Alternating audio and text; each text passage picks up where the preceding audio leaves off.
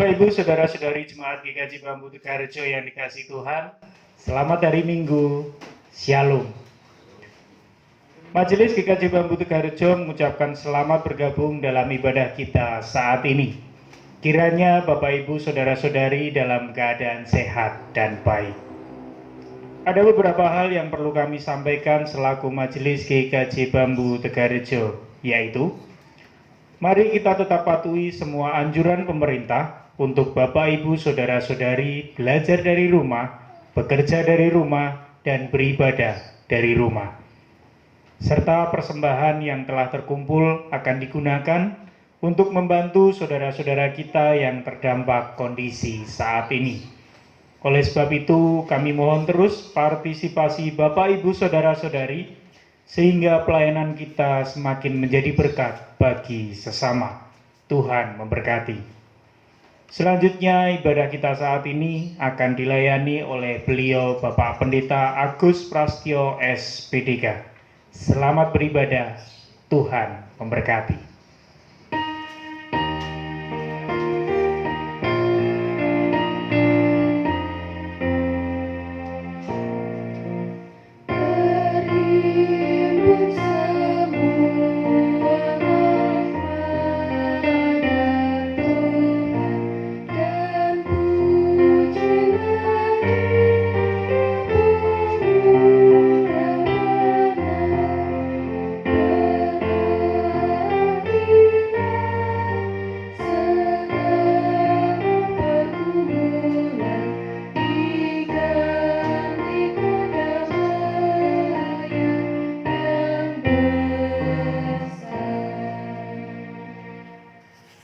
Saudara-saudara yang terkasih dalam nama Tuhan, marilah ibadah saat ini kita awali bersama dan mari bersama di dalam hati kita masing-masing mengaku demikian. Tuhan yang menciptakan langit, bumi, dan segala isinya adalah sumber pertolongan kita. Kiranya kasih karunia dan damai sejahtera dari Allah Bapa dan Tuhan Yesus Kristus ada pada saudara sekalian. Amin.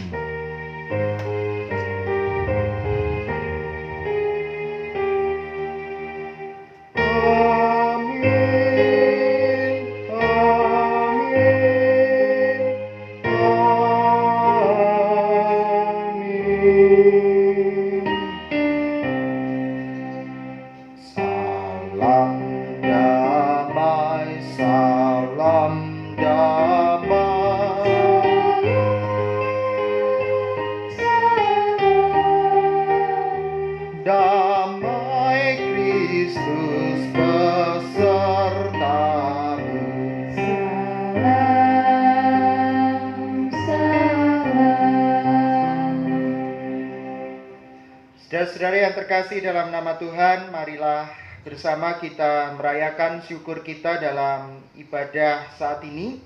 Mari mempersiapkan kidung jemaat yang ke-10. Kita akan pujikan di bait pertama dan kedua. Pujilah Tuhan Sang Raja Maha Mulia.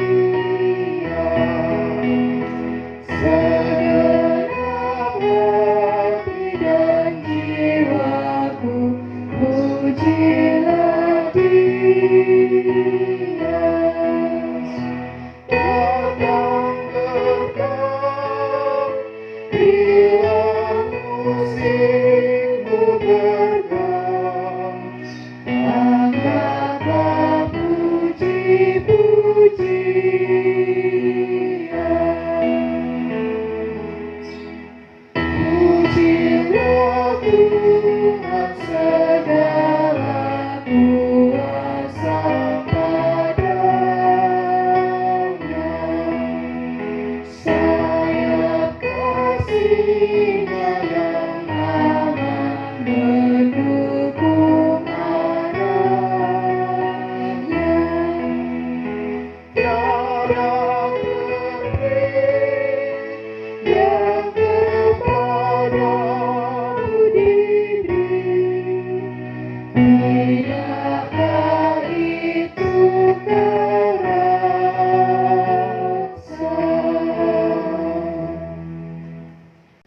Bapak, Ibu, Saudara yang dikasihi Tuhan, tiba saatnya kita menilik kehidupan kita melalui pembacaan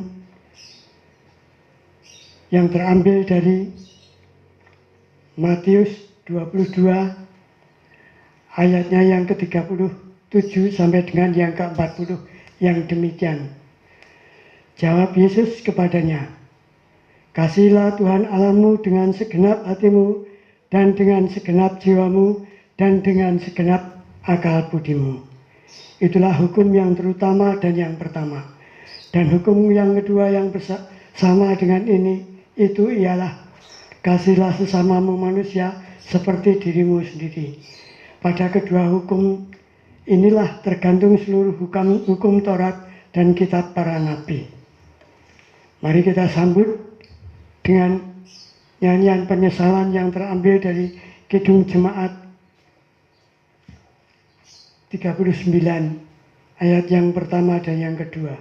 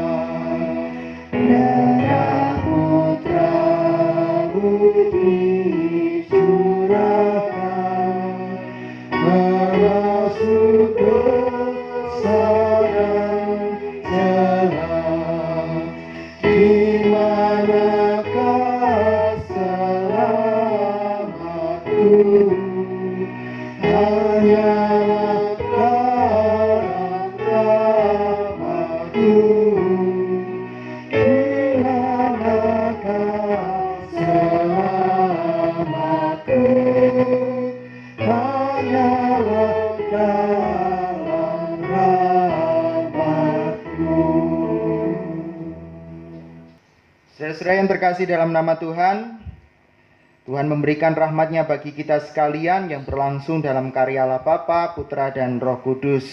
Oleh sebab itu, terimalah rahmat Tuhan melalui sapaan sabdanya, Yohanes pasalnya yang kelima, ayatnya yang ke-24 yang demikian. Aku berkata kepadamu, sesungguhnya barang siapa mendengar perkataanku dan percaya kepada Dia yang mengutus aku, ia mempunyai hidup yang kekal dan tidak turut dihukum, sebab ia sudah pindah dari dalam maut ke dalam hidup. Itulah sabdanya Tuhan yang memberikan kelegaan bagi kita. Kita mempunyai harapan karena di dalam Dia ada kehidupan yang nyata. Mari bersama kita akan terima dengan penuh syukur. Kita rayakan bersama dengan kidung kesanggupan dari Kidung Jemaat 53. Tuhan Allah telah berfirman.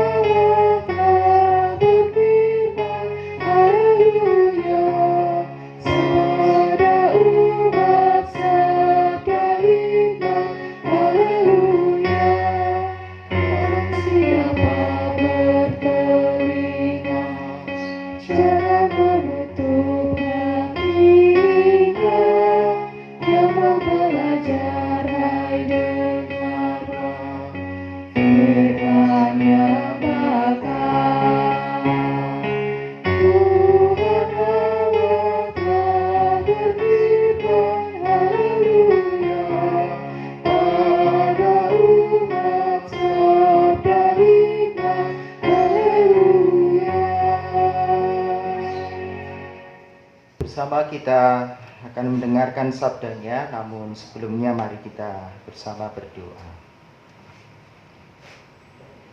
Ya Tuhan, kami bersama rindu untuk mendengarkan sabdamu. Oleh sebab itu kami menyiapkan hati juga kehidupan kami agar firman yang ditabur itu jatuh di tanah hati kami yang subur. Mampukanlah kami terus merawat firman itu tumbuh dan berbuah dalam kehidupan hari lepas hari. Kami bersyukur dan sambut sabdamu dengan penuh sukacita, karena semua berlangsung dalam nama Tuhan kami Yesus Kristus. Amin. Saudara-saudara yang terkasih, bacaan Injil Matius saat ini terambil dari Injil Matius pasalnya yang ke-13, ayat 1 sampai dengan 9 dan dilanjutkan ayat 18 sampai dengan 23. Bagi Bapak Ibu Saudara sekalian, nanti setelah ibadah boleh dibaca secara utuh perikop ini tentang perumpamaan seorang penabur. Yang demikian sabda kasih Tuhan dari Injil Matius pasalnya yang ke-13. Pada hari itu keluarlah Yesus dari rumah itu dan duduk di tepi danau. Maka datanglah orang banyak berbondong-bondong lalu mengerumuni dia, sehingga ia naik ke perahu dan duduk di situ, sedangkan orang banyak semuanya berdiri di pantai. Dan ia mengucapkan banyak hal dalam perumpamaan kepada mereka. Katanya, adalah seorang penabur keluar untuk menabur. Pada waktu ia menabur, sebagian benih itu jatuh di pinggir jalan. Lalu datanglah burung dan memakannya sampai habis. Sebagian jatuh di tanah yang berbatu-batu yang tidak banyak tanahnya. Lalu benih itu pun segera tumbuh karena tanahnya tipis. Tetapi sesudah matahari terbit, layulah ia dan menjadi kering karena tidak berakar. Sebagian lagi jatuh di tengah semak duri, lalu makin besarlah semak itu dan menghimpitnya sampai mati. Dan sebagian jatuh di tanah yang baik, lalu berbuah. Ada yang 100 kali lipat, ada yang 60 kali lipat, ada yang 30 kali lipat. Siapa bertelinga, hendaklah ia mendengar. Ayat 18. Karena itu dengarlah arti perumpamaan penabur itu. Kepada setiap orang yang mendengar firman tentang kerajaan surga tetapi tidak mengertinya, datanglah si jahat dan merampas yang ditaburkan dalam hati orang itu. Itulah benih yang ditaburkan di pinggir jalan. Benih yang ditaburkan di tanah yang berbatu-batu ialah orang yang mendengar firman itu dan segera menerimanya dengan gembira, tetapi ia tidak berakar dan tahan sebentar saja. Apabila datang penindasan atau penganiayaan karena firman itu, orang itu pun segera murtad. Yang ditaburkan di tengah semak duri ialah orang yang mendengar firman itu, lalu kekhawatiran dunia ini dan tipu daya kekayaan menghimpit firman itu sehingga tidak berbuah. Yang ditaburkan di tanah yang baik ialah orang yang mendengar firman itu dan mengerti, dan karena itu ia berbuah. Ada yang 100 kali lipat, ada yang 60 kali lipat, ada yang 30 kali lipat. Demikian pembacaan Injil Yesus Kristus yang disebut berbahagia kita semua yang mendengar, mengerti, memahami, dan dilakukan dalam kehidupan hari lepas hari. Haleluya.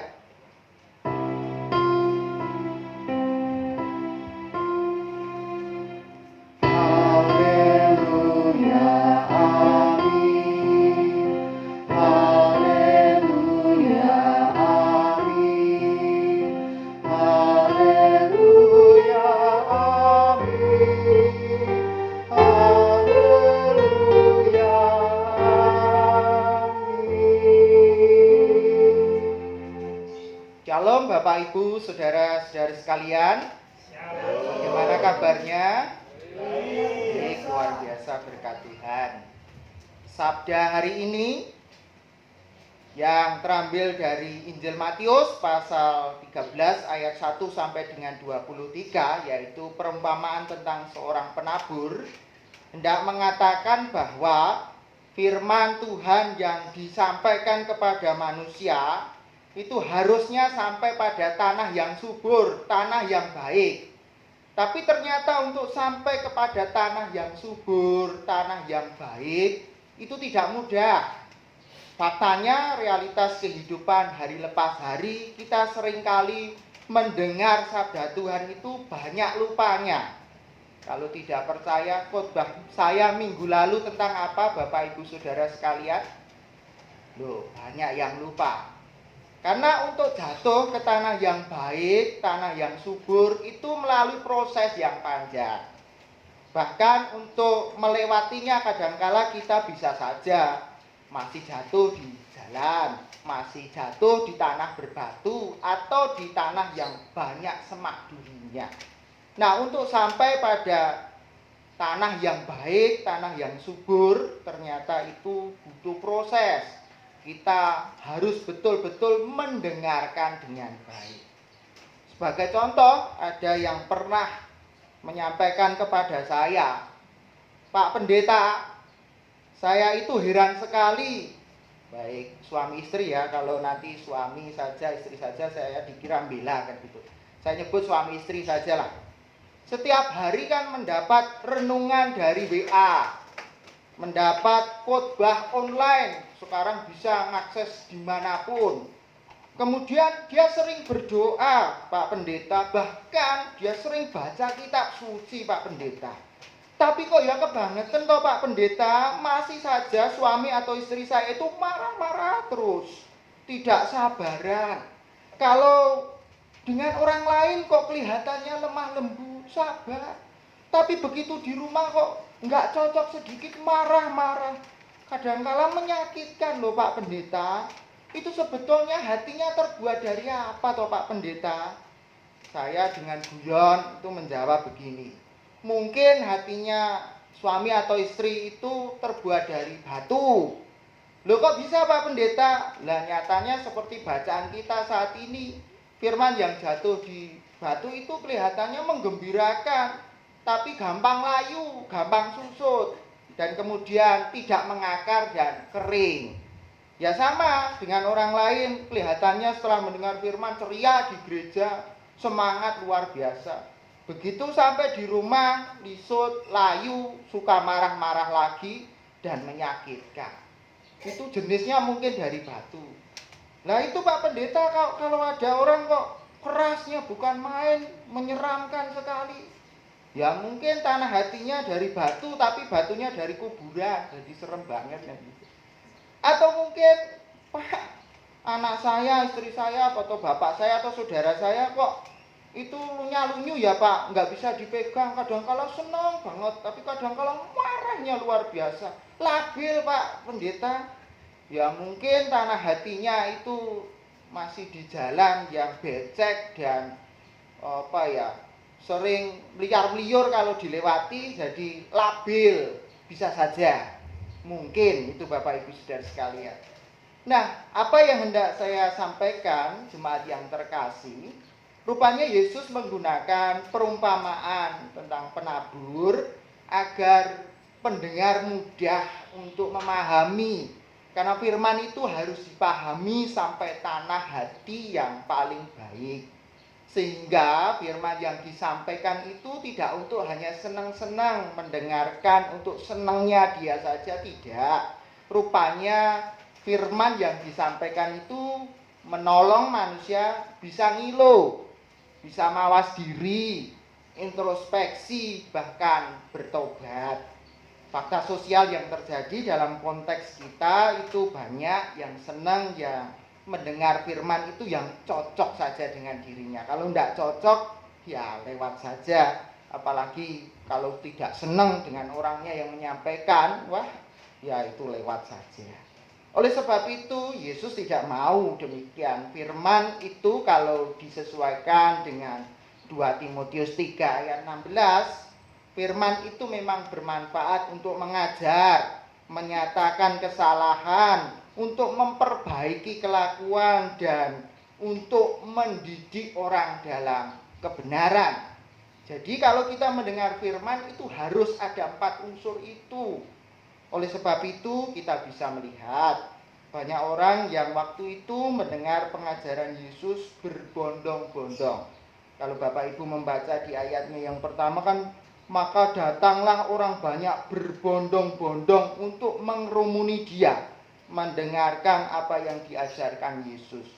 Maka Yesus menyampaikan dengan tegas untuk tidak anut gubyok saja, untuk tidak senang mendengarkan yang enak-enak saja, tetapi harus jatuh pada tanah hatinya yang baik, yang subur. Ini apa artinya? Berarti soal kualitas hidup, bukan kuantitas hidup. Maka kalau kita lihat bisa dibaca di ayat 14 dan 15. Ini merupakan penggenapan apa yang dinubuatkan Nabi Yesaya. Rata-rata orang mendengar firman itu yang nyenengke saja, yang menguntungkan. Kalau untuk penderitaan, kepedulian, untuk bela rasa, kasih, pengampunan itu tidak mudah. Maka disampaikan di ayat 14 dan 15, maka pada mereka genaplah nubuat Yesaya yang berbunyi, kamu akan mendengar dan mendengar namun tidak mengerti. Kamu akan melihat dan melihat namun tidak menanggap. Sebab hati bangsa ini telah menebal dan telinganya berat mendengar dan matanya melekat tertutup, supaya jangan mereka melihat dengan matanya dan mendengar dengan telinganya dan mengerti dengan hatinya lalu berbalik sehingga aku menyembuhkan mereka. Jadi konteksnya waktu itu memang yang terjadi, Bapak Ibu Saudara sekalian, untuk mengerti sampai kebenaran yang sesungguhnya ternyata tidak mudah. Maka Tuhan Yesus dengan tegas menyampaikan di ayat yang ke-9, siapa bertelinga hendaklah ia mendengar. Maka kualitas hidup itu untuk menerima firman Tuhan sampai ke dalam hati kita yang baik, ternyata Bapak Ibu Saudara sekalian, itu dimulai dengan kemampuan kita untuk mendengar. Jadi mendengar itu, kalau saya membaca berbagai buku, apalagi buku tentang sosiologi dan psikologi, pilar utama komunikasi itu ternyata mendengar. Kalau tidak percaya, Bapak Ibu dicek mulut kita berapa? 1 telinga, 2. Kok banyak telinganya, Pak? Itu berarti kita diminta untuk mendengar terlebih dahulu apa yang menjadi maksud, tujuan, supaya ketika kita berkata-kata, melakukan tindakan itu kita penuh dengan pengertian dan pemahaman. Sehingga Bapak Ibu Saudara sekalian, Yesus hendak mengatakan kualitas hidup diawali dengan, mari mengawali dengan kemampuan kita mendengar untuk kita tingkatkan. Karena mengapa? Yang pertama, Bapak Ibu Saudara sekalian, mendengar bukan persoalan personal blessing, tapi keterampilan yang harus dilatih. Jadi tidak begitu saja muncul kemudian mendengar dengan baik. Ya, mendengar banyak hal gampang, mendengar musik, mendengar apapun mudah, tapi mendengar yang perlu dilatih seperti apa? Orang mengira bahwa mendengar itu sangat mudah, tapi faktanya kalau kita lihat dalam keseharian kita, Bapak Ibu Saudara sekalian, ternyata banyak halangannya. Halangan itu banyak, bisa soal bahasa. Kalau soal bahasa kita bisa belajar toh Bapak Ibu Saudara sekalian. Kalau tidak belajar bahasa ya bisa saja miskom, tetapi kan bisa dipelajari. Apalagi Pak Ruminto yang tadi tugas imam itu guru bahasa Inggris. Kalau saya tidak tahu ya tanya Pak Ruminto itu, karena bahasa Inggris saya juga tidak bagus. Harus mendengarkan yang baik kan begitu. Ya wedas itu jadi wedus saya bisa saja kan gitu. Itu bisa saja karena pendengaran wong Jawa begitu. Nah itu perlu dilatih, itu bisa belajar. Kalau kendalanya adalah soal budaya, kita bisa belajar. Misalnya budaya Jawa dengan budaya luar negeri itu beda-beda. Itu sangat berbeda. Contohnya kalau budaya Jawa itu penuh ego pekewo, kalau luar negeri itu kan lebih blak-blakan. Contoh, kalau orang Jawa itu nawari, monggo Pak dahar, mari Pak makan. Sebetulnya yang di rumah itu makanannya nggak ada, basa-basi aja. Begitu kalau betul-betul ya saya mau makan itu repot, akhirnya jajan ke warung kan gitu, atau cari apalah yang bisa kemudian disuguhkan. Nah itu susah, hanya basa-basi. Oleh sebab itu kalau orang luar negeri ya tidak biasanya begitu. Nah oleh sebab itu kalau budaya bisa dipelajari, tetapi yang paling susah untuk mendengar adalah masalah rasa. Kalau rasa kita sudah suka dan tidak suka itu susah untuk mendengar. Apalagi yang kita benci atau membenci kita itu tidak mudah, Bapak Ibu Saudara sekalian. Apalagi sudah iri, apalagi sudah ada dendam di antara berdua, untuk mendengar itu tidak mudah. Dan kadangkala prasangka buruk yang justru muncul. Oleh sebab itu seringkali siapa yang menyampaikan itu sangat menentukan. Apalagi tadi saya menyampaikan, kalau sudah iri, benci, terjadi permusuhan, susah kita mendengarnya. Orang Jawa bilang kalau sudah susah, benci itu kreweng atau yang namanya wingko itu, kalau orang seneng ini bisa jadi kencono, tapi kalau orang yang tidak suka, kencono itu bisa jadi wingko. Artinya apa yang baik pun akan jelek di matanya, maka tidak sama sekali membekas. Maka dalam mendengarkan sabda pun seringkali begitu. Sing khotbah sapa to? Wah, sing khotbah Pak Agus meneh. Bisa saja firman yang disampaikan sampai di jalan saja, atau di tanah yang batu, atau di semak berduri bisa saja. Untuk sampai tanah subur belum tentu, karena sudah ada ketidaksukaan, hatinya itu pun atos dulu. Oleh sebab itu di ayat yang 14 dan 15 Yesus menyampaikan supaya hatinya yang menebal itu dilembutkan, disuburkan, agar firman yang disampaikan itu masuk ke dalam hati dan mengubah kehidupan. Yang kedua, mendengar itu harus dengan empati sehingga menumbuhkan solidaritas. Banyak pula karena kemampuan mendengar sabda yang dibarengi dengan olah batin dan olah rasa yang mengubah kehidupan, pelayanan Yesus menjadi teladan yang sangat mengesankan. Bagaimana Yesus dengan kepekaannya mendengar mereka yang miskin, mendengar mereka yang berkeluh kesah, mendengar mereka yang ada dalam penderitaan, mendengar mereka yang terdiskriminasi, ketidakadilan, mereka dianiaya. Yesus mendengar dengan jelas. Maka dari mendengar dengan jelas rintihan mereka yang minta tolong itu, selalu dalam Injil nanti Bapak Ibu bisa membaca, tergeraklah hati Yesus oleh belas kasihan. Jadi ketika mendengar dirasa-rasakan itu menggugah semangatnya untuk berbela rasa, untuk bersolidaritas, untuk menolong. Nah itu mendengar yang baik. Nah kadangkala kita mendengarnya belum tentu sampai di tempat itu. Kadangkala wah iya misalnya, tapi sekedar itu bisa saja nanti jatuh di tanah yang hanya bersemak duri. Bisa merasakan, bisa tumbuh, tapi tidak ada aksi karena takut, banyak kekhawatiran yang muncul dalam hatinya. Maka Yesus kemudian memberikan pengajaran yang sangat dalam.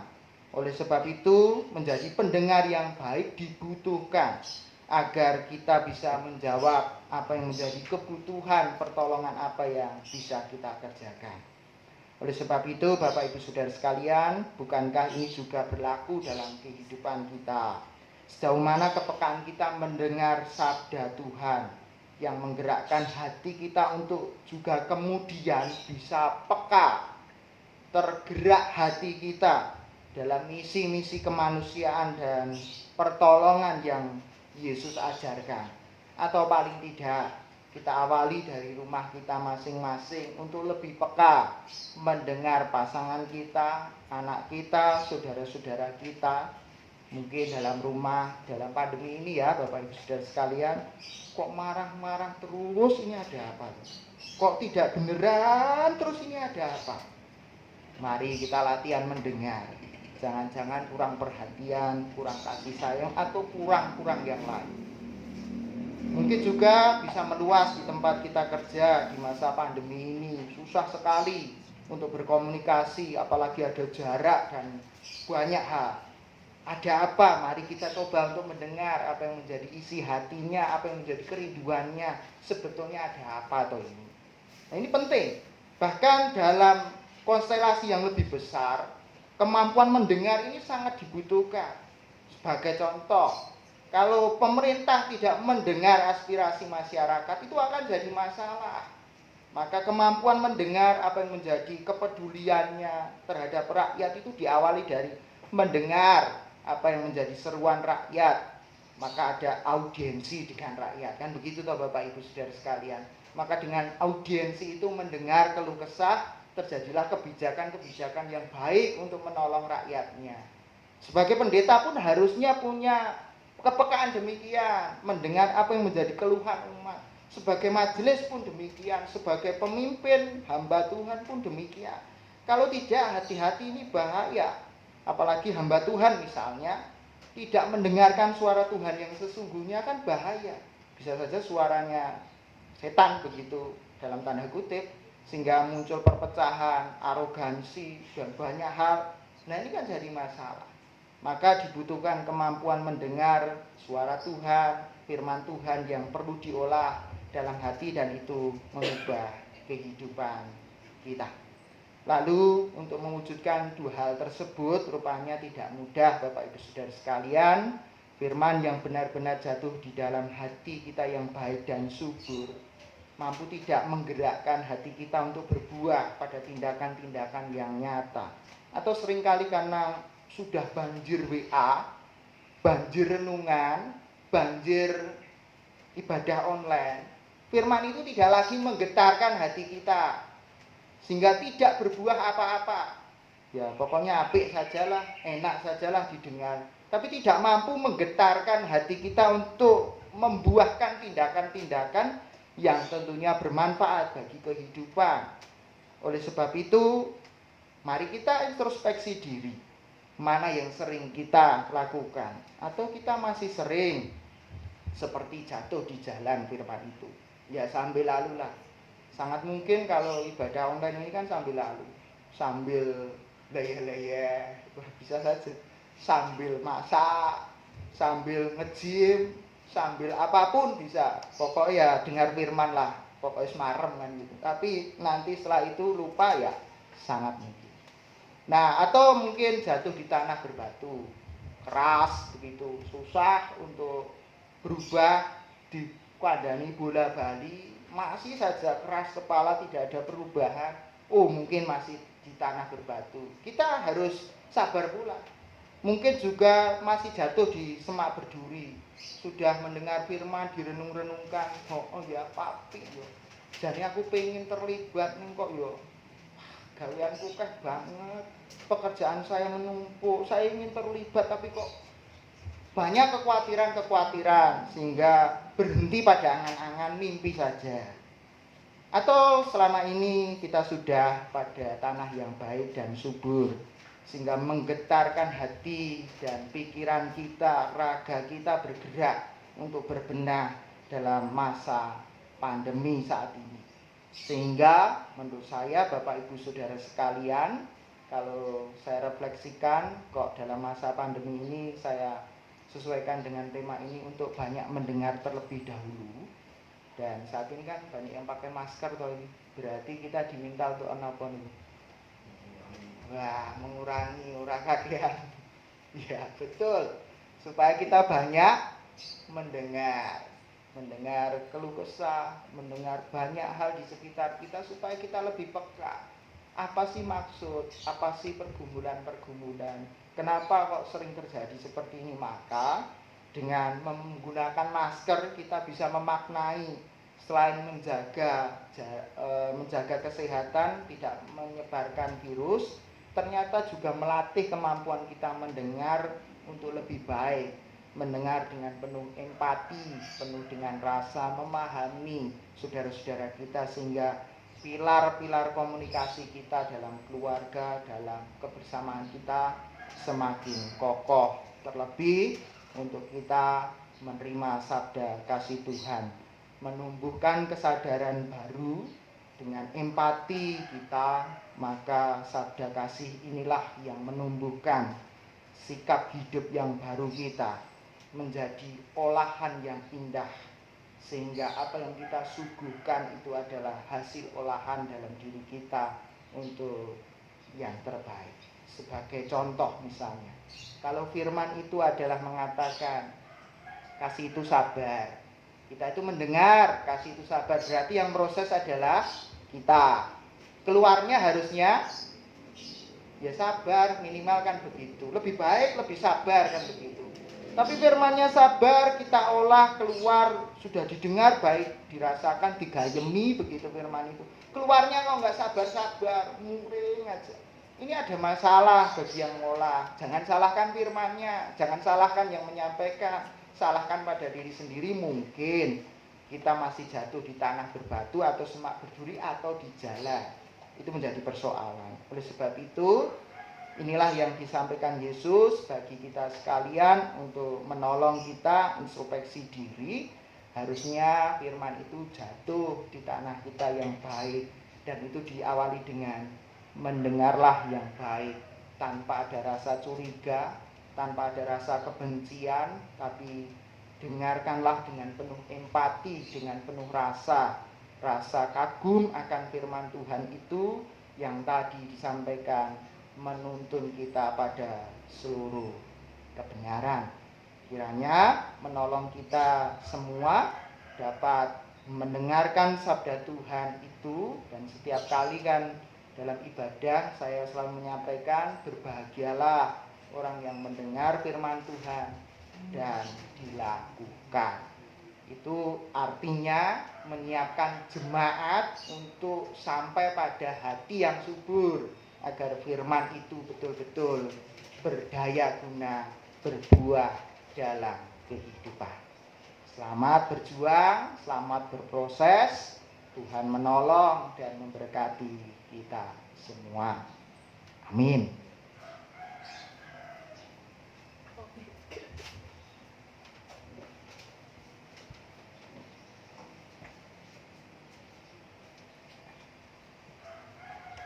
Mari bersama kita akan berdoa.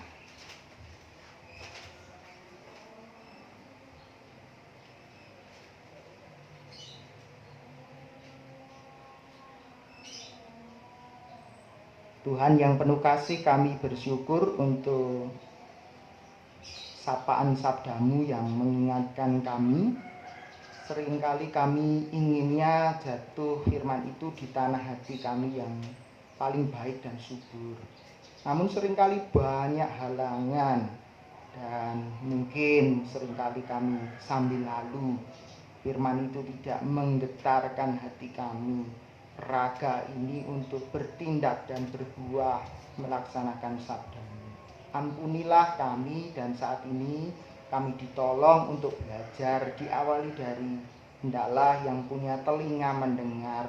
Tuhan mengajarkan hal yang sederhana, kemampuan mendengar kami untuk kami latih dengan baik, agar kami mendengar dengan penuh sukacita dan penuh dengan empati, agar kami memahami betul dan kami lakukan dalam kehidupan hari pas hari. Bapa di surga, kami juga bersyukur untuk kasih setiamu dalam kehidupan kebersamaan kami. Di tengah situasi pandemi diberikan kesempatan untuk berhimpun bersama keluarga dan beribadah bersama, kiranya menjadi kekuatan bagi kami. Oleh sebab itu tolonglah agar keluarga kami utuh, keluarga kami saling menguatkan, saling mengasihi, sebagai cerminan karya Allah hadir. Tuhan hadir dalam keluarga kami, dan kami menampakkan wajah-wajah Allah yang penuh keramah tamahan, penuh dengan sukacita dan syukur di tengah situasi yang tidak mudah ini.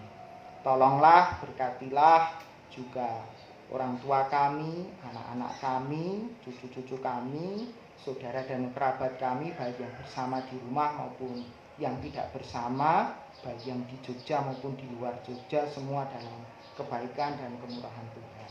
Bagi saat ini yang dalam kondisi lemah sakit, kami mendengar info dari saudara-saudara kami, Bapak Gatot Murjito harus dalam raga yang lemah, saat ini mohon kekuatan berkat kesembuhan dari Tuhan. Begitu pula Ibu Syarif, Tuhan berkati, berikanlah berkat kesembuhan. Begitu pula Ibu Warinem, Tuhan juga memberikan berkat kesembuhan. Dan saudara-saudara kami yang lain yang saat ini mungkin mendengarkan dan bersama dalam ibadah online ini diberikan berkat kesembuhan. Kami juga berdoa untuk kehidupan kami bergereja yang akan sebentar lagi mempersiapkan new normal. Segala sesuatunya harus ditata sedemikian rupa. Berikanlah kemampuan kami untuk mendengar lebih baik, sehingga apa yang kami persiapkan adalah betul-betul itu menjawab kebutuhan umat, bukan hanya sekedar euforia ingin membuka gereja, tetapi merupakan sarana kami untuk menguatkan satu dengan yang lain, persekutuan yang kokoh di dalam Tuhan. Berkati majelis, berkati semua warga jemaat agar mampu mempersiapkan diri untuk dengar-dengaran dengan baik, membangun komunikasi sebaik mungkin untuk kehidupan yang lebih baik. Kami juga berdoa untuk kehidupan bangsa dan negara kami. Berkatilah ya Tuhan, segala kebijakan yang dikeluarkan dalam masa pandemi ini tentunya tidak mudah.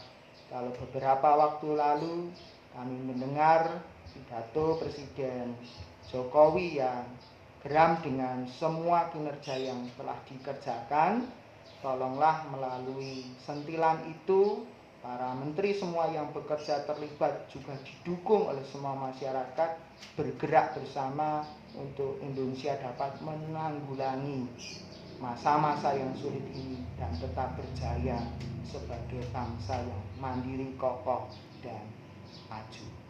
Kami juga berdoa untuk kehidupan kebersamaan gereja-gereja Tuhan.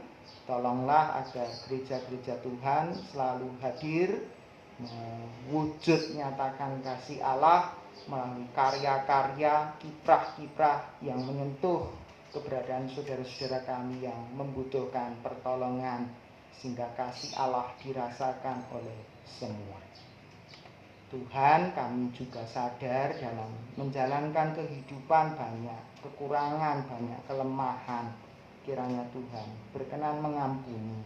Dan kami akan mengakhiri dengan doa yang Kau ajarkan bagi kami sekalian di dalam doa Bapa kami.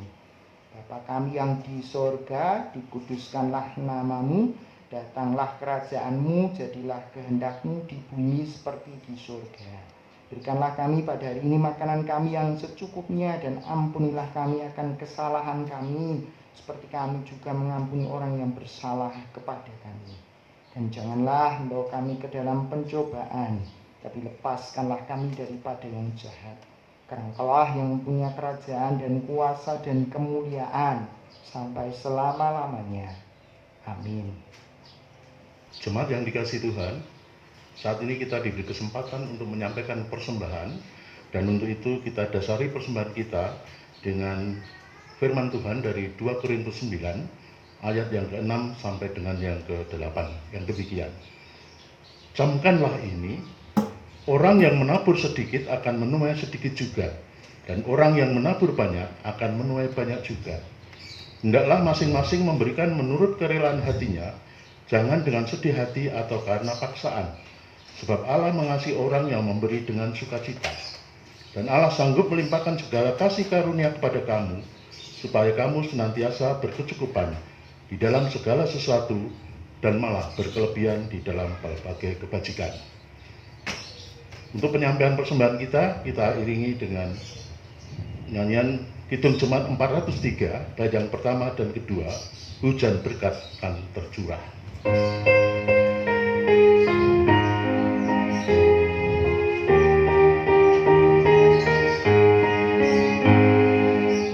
Hujan berkat akan tercurah, itulah janji kudus.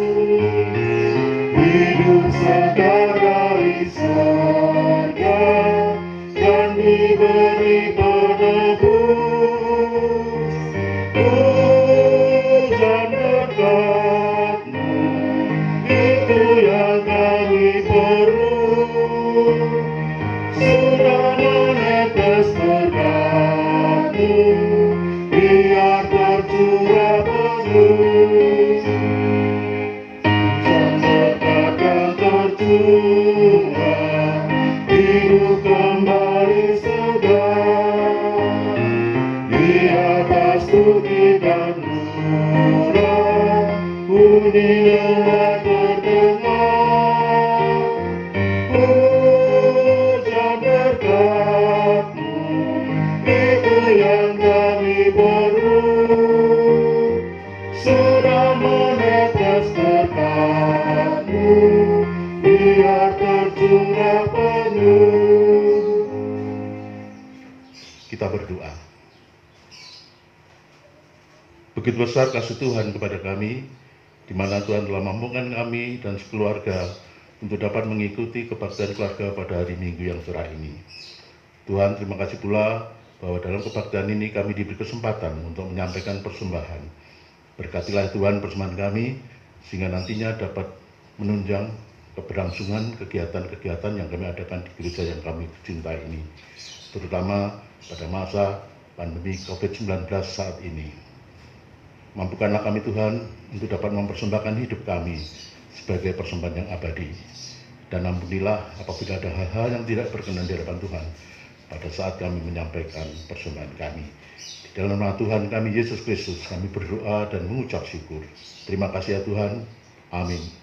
Bapak, Ibu, dan saudara-saudari yang terkasih dalam nama Tuhan, kita bersama telah mendengar sabdanya yang menguatkan kita bahwa firman itu harus jatuh di tanah hati kita yang subur, dan kiranya firman itulah yang menuntun kita untuk memiliki hidup yang sesungguhnya.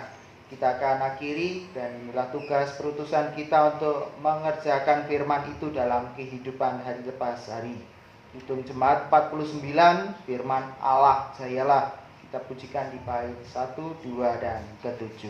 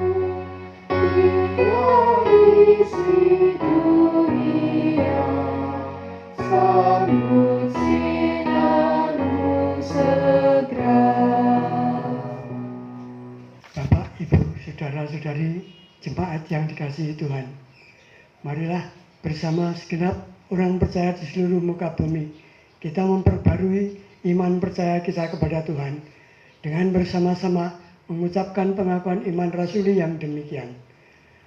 Aku percaya kepada Allah, Bapa yang Maha Kuasa, Khalid langit dan bumi, dan kepada Yesus Kristus, Anaknya yang tunggal Tuhan kita, yang dikandung daripada Roh Kudus, lahir dari anak darah Maria, yang menderita di bawah pemerintahan Pontius Pilatus, disalibkan, mati dan kuburkan, turun dalam kerajaan maut. Pada hari yang ketiga, bangkit pula dari antara orang mati, naik ke surga, duduk di sebelah kanan Allah, Bapa yang Maha Kuasa, dan akan datang dari sana untuk menghakimi orang yang hidup dan yang mati. Aku percaya kepada Roh Kudus, gereja yang kudus dan am, persekutuan orang kudus, pengampunan dosa, kebangkitan daging dan hidup yang kekal. Jemaat yang terkasih dalam nama Tuhan, kini arahkanlah hatimu dan terimalah berkat Tuhan. Kasih karunia Tuhan Yesus Kristus dan kasih Allah Bapa serta persekutuan Roh Kudus menyertai saudara-saudara sekalian dari hari ini sampai selama-lamanya. Amin.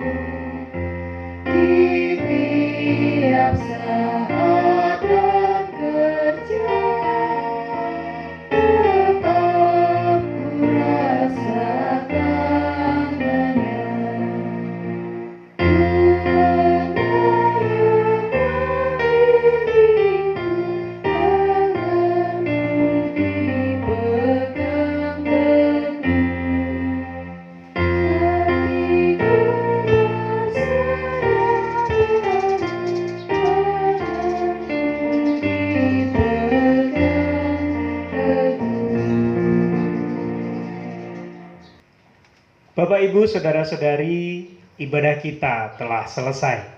Kiranya ibadah kita saat ini dapat menjadi kekuatan di dalam kebersamaan kita bersama dengan keluarga dalam menghadapi situasi dan kondisi saat ini. Untuk itu kami Majelis GKJ Bambu Tegarrejo tetap menghimbau untuk kita tetap hidup sehat, dan jika tidak ada sesuatu yang mendesak, untuk kita tetap berada di rumah sesuai dengan yang sudah pemerintah anjurkan. Selamat hari Minggu, Tuhan Yesus memberkati.